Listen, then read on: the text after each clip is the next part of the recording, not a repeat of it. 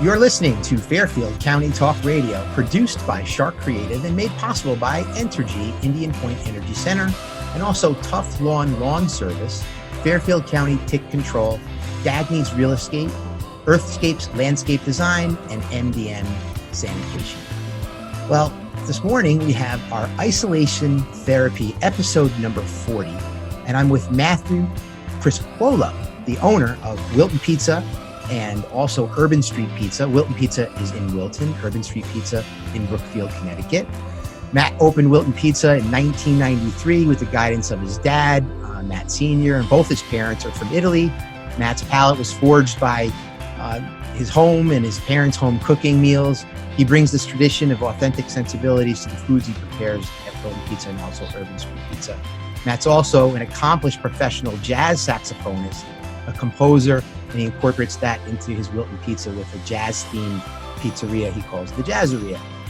Matt, it's great to see you. I'm proud to have you on the show. I see that you're in Urban Street Pizza this morning, getting ready for hopefully a busy day.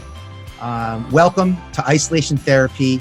You know, you and I have gotten to know each other since I moved to Wilton. I'm a big fan. I show up at Wilton Pizza in particular, and our isolation therapy is really our way of sort of showcasing what's happening in the community, particularly with business owners and others. We want to find out how you've been doing, how your business has been handled during this really difficult time. But I always like to find out a little bit about the person, what makes them tick. And you're a very interesting guy. You know, even let our listeners know your signature, it says love and spaghetti. So that tells you a lot about you, right? You're passionate about what you do. You also have a very nice sense of humor. And let's get right into, Matt, what inspired you to start your businesses? What tell us a little bit about how you got started and what keeps you going. Oh, that's really nice, Andrew. First of all, I want to thank you for having me on the show, and it's great to be with another paisan over here.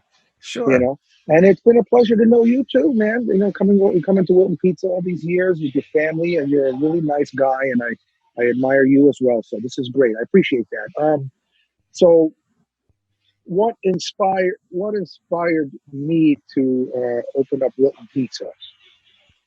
Right? Is that the question? Yeah. Just like tell us a little bit about the inspiration. You know, you can certainly just get into how you got started. Well, okay. So I started working, working, if you call it that. I was at my father's pizzeria called Wilton Pizza, which is still there. He opened it in 1971 when I was born. We were living in the Bronx. I went to school a little bit, like in kindergarten in the Bronx. My father opened up, I guess he and my mother just hopped in the car one day and they drove down 95 from the Bronx, about maybe 30, 40 minutes. And they got off exit 12 in Darien, hooked a right. They went driving down there. And my father at the time was teaching at Bronx Community College, but he wanted more options in his life and stuff. So they found this little house in Rowayton next to Fairfield County Bank. And they bought it and they converted it into a pizzeria called Wilton Pizza. And when it was like a family affair, because like when I was growing up, I would go hang out there. You know, I'd sit on a stool at the front counter with this old-fashioned cash register. You remember those universal cash registers? So they got like a lever on them, and they got the push buttons and a big brown button, and we were using that and a rotary phone. I mean, Well, clearly times have changed, right? Yeah, right. We've come a long way since then, but so what was the transition like? I mean, over the years, obviously, it's in your blood, but doesn't necessarily mean that you have to go into the business. What prompted you to decide to open up your own establishments? Well, my parents were very supportive of me with whatever choices I made, and they must have been a little surprised, and they were happy that I started getting into music in about fourth grade. When I was about 10, I started playing the sax. I was playing piano actually prior to that, and I was giving little recitals locally in Darien, at the convent or in the school. I would play every week for like a player classical music on piano. And then I got into the saxophone, and they bought me a saxophone. They were supportive of me with music. All the while I was working at the pizzeria, either at Rowayton Pizza or at my uncle's pizzeria in Greenwich called Pizza Post, which is still there. And it was my mother working there, my sister, my brother, and myself. But what happened is, I started getting into the saxophone. I became really passionate and excited about jazz and about the art form of jazz music and music in general. And I took a liking to the saxophone, and the music, and it took me to really interesting places. I was playing with really fun people. I was playing cool music. The Blues Brothers. I started off with blues and David Sanborn. I remember I was about 15 years old, and I was playing at this little club in Norwalk called CD's Cafe. I must have been about 14 or 15 years old, and my father took me there, and there was a guy named Big Eric and the Budget Crunch, and I would play like until like 2 a.m. playing my saxophone, playing blues with all these older guys. So even though I was working in the pizzeria, I kind of, was going towards that music thing. And then I started to become, pretty good at it in my own way. At least I was like a big fish in a small pond over there in Darien, Connecticut. I ended up going to Manhattan School of Music. Then I was fortunate enough to play with a lot of great musicians, and still was able to, over the years, play with some wonderful musicians that allowed me to grow and get inspired by jazz. The jazz was really. Then what happened is, I met my wife at the time, which was probably back in, I don't know, I want to say 90, 91. And I ended up following her over to Norway because she was from Norway and she was just in America as an au pair. She went to she had to go back to Norway. So I followed her over there. I thought, hey, I'll bring my sax with me.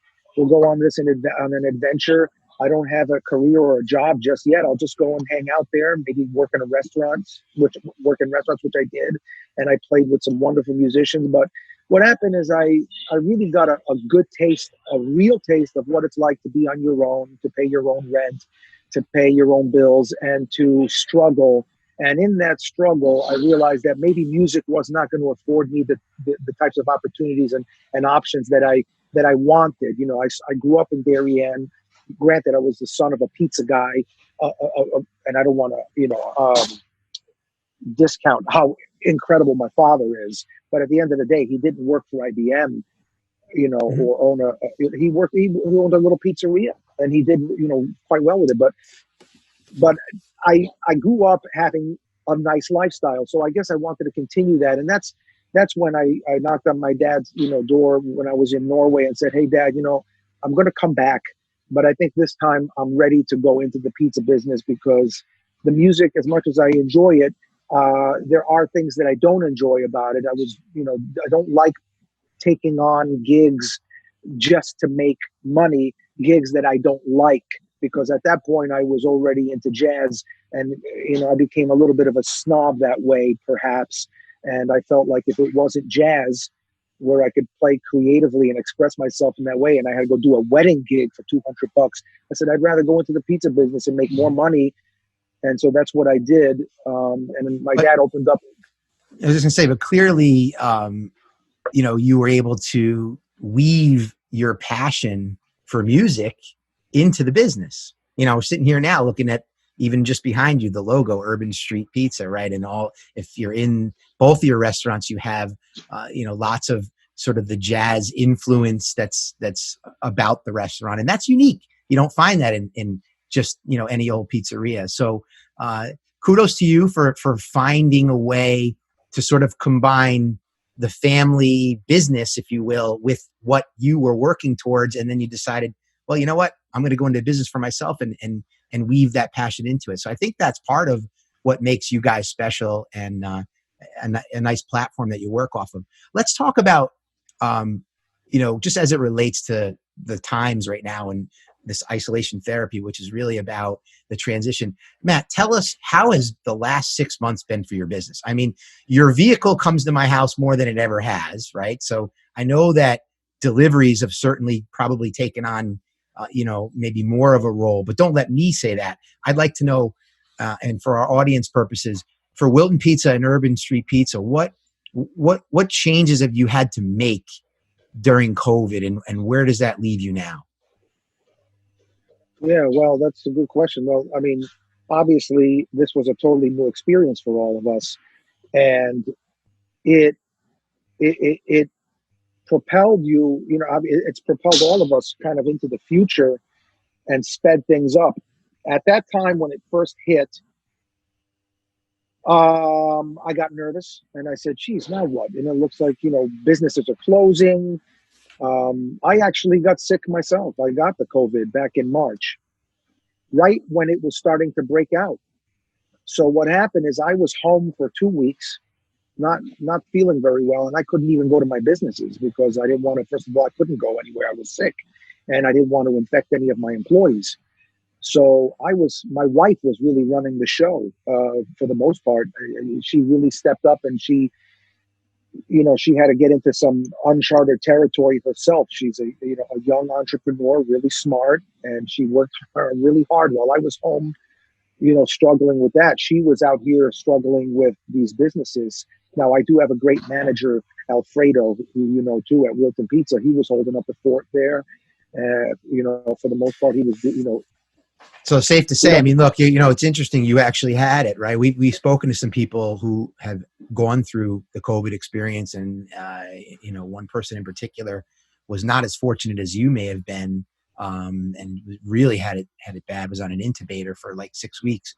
I know that wasn't the case for you, but you had to pivot and you had to change, and clearly, it sounds like you had to rely on others in your business. So, and when I spoke to you last, it sounded like you guys are doing pretty well. So again, even though you've had to face some tough circumstances, it seems like you have the right people in place, and you're able to stand on both feet and still provide a great product.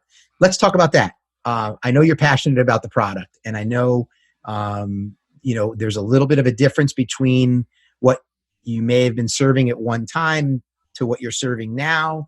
Let's talk about Urban Street Pizza and that special oven, 800 degrees that it's got to be, and what makes that different. What do you call it? Why do people love it so much? Tell us about that pizza. Yeah, okay, thanks. So, like you and I were talking about recently, coffee is not just coffee, even though it's just brown water. Pizza is round and it's got sauce and cheese on it, but everybody, it's not a complicated concept to understand that, all pizzas are not created equal. And at Wilton Pizza, for example, it's more of a traditional New York style pizza where you're baking at 500 degrees ish, and you're baking a pizza in the oven for about 7 to 10 minutes. And in that process, the dough has to be formulated a certain way. There's a bunch of variables that have to be kind of put together in a way, considering the way you're baking. At Urban Street Pizza, the dough had to be formulated a little bit differently because we're baking at about 800 degrees. Now, typically a Neapolitan pizza is baked at about 800 plus degrees, and in 2 minutes it's baked. The issue with Neapolitan pizza, as I understand it, my father being from Naples, actually, and my mother from Calabria, it's a wonderful pizza. It's delicious. It bakes very quickly at a high temperature. Are you still there? Oh, I'm here. Good. Yep, I'm here. Sorry. And so what I did at Urban Street Pizza, which was a little different, was, yes, I'm baking at 800 degrees in an imported Italian pizza oven, but I'm using a New York style dough recipe. And in order to now, if you took a Wilton Pizza dough ball and you baked it in the Urban Street Pizza oven, it would come out like a rock because it's formulated to bake at 500 degrees. So because you're baking all that hydration out, all that moisture. Over here at Urban, you formulate it a little differently, but it's a variation on a New York style dough recipe. And I should also add that it's interesting for people in the pizza business, at least, that my dough recipe at Urban is very semolina heavy. It's got quite a bit of semolina in it, very fine semolina. Most pizzerias don't do that, and certainly not Neapolitan style. We're not giving away any secrets here now, are we, Matt? I mean, this is okay for you to share this information. No, yeah, thanks. No, I don't think so, and I wouldn't want to do that, and I appreciate that. But they would have to know the ratios. They would have to know how to do it, because there's a whole process to making the dough. You know what I mean? Right. How long you spin it, how long you, on what speed, and how many, the temperature. There's all, when you're a bake, it's like it's a baking process. And at any rate, what Urban Street Pizza is, and what makes it unique, is that it's a hybrid of New York style and Neapolitan style pizza. What I was saying before is a Neapolitan style pizza, straight up Neapolitan, it gets a little bit mushy when you put it in a pizza box and you try to take it home. It gets soft.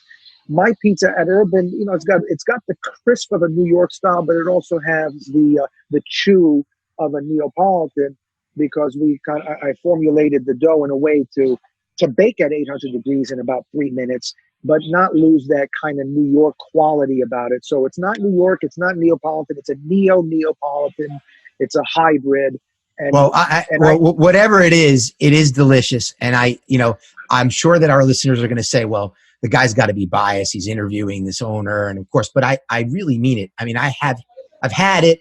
I've had Urban Street very recently, and it is delicious. It really is delicious. And I've been a big fan of what you're putting out in Wilton. And I know that you've changed it slightly recently. And I have to say, I have enjoyed that as well. So look. Well, I got some inspiration from what I learned recently at Urban, and I carried it over to Wilton as far as some of the ingredients, but without giving away the secrets. But I did kind of learn some new tricks, and I brought it over to Wilton, and I think I improved Wilton pizza too. So that's a good thing. Good. Well, look, you've been around for a while, Matthew. I hope you're around for a lot longer, feeding lots of friends and family in the community. Keep up the great work. I want to remind our listeners here that you have been listening to Isolation Therapy. This has been episode number 40 on Fairfield County Talk Radio, which is produced by Shark Creative. It's also made possible by Entergy Indian Point Energy Center. And we also have a host of sponsors, including Dagny's Real Estate, also Good Morning Wilton, the Wilton Chamber of Commerce, Apollo X Pest Control, and Ecosystems Irrigation and Lighting. Again, it's been a real pleasure. Matt Criscuolo, the owner of Wilton Pizza in Wilton and Urban Street Pizza up in Brookfield. If you want to check out his website, it's wiltonpizza.com and Urban Street, which is ST, pizza.com. Matt, I'll see you soon. Thank you so much. You're great, man. You got it, Spaghetti. You got it. We'll talk soon. I'll see you soon. I'll be dropping by. In fact, I think my parents are taking the kids to Wilton Pizza tonight. So we'll enjoy. See ya. Beautiful. Buon appetito.